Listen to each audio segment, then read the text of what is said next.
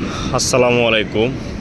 গ্রামের বাড়িতে আমার ছোট্ট একটা মালটা গাছ আছে, আপনারা দেখতে পাচ্ছেন খুব সুন্দর ফল ধরছে।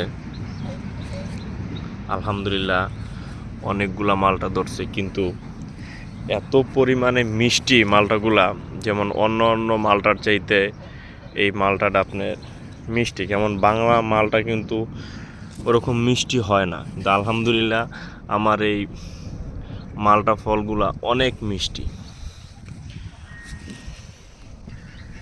পাশেই আছে ছোট্ট একটি আমড়া গাছ, অবশ্যই এটায় 12 মাস আমড়া ধরে।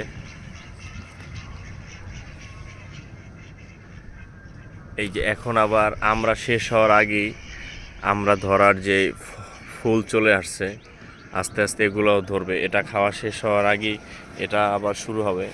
এই যে গাছটা কিন্তু দেখতে ছোট, কিন্তু বলা আছে ছোট মরিচে নাকি ঝাল বেশি।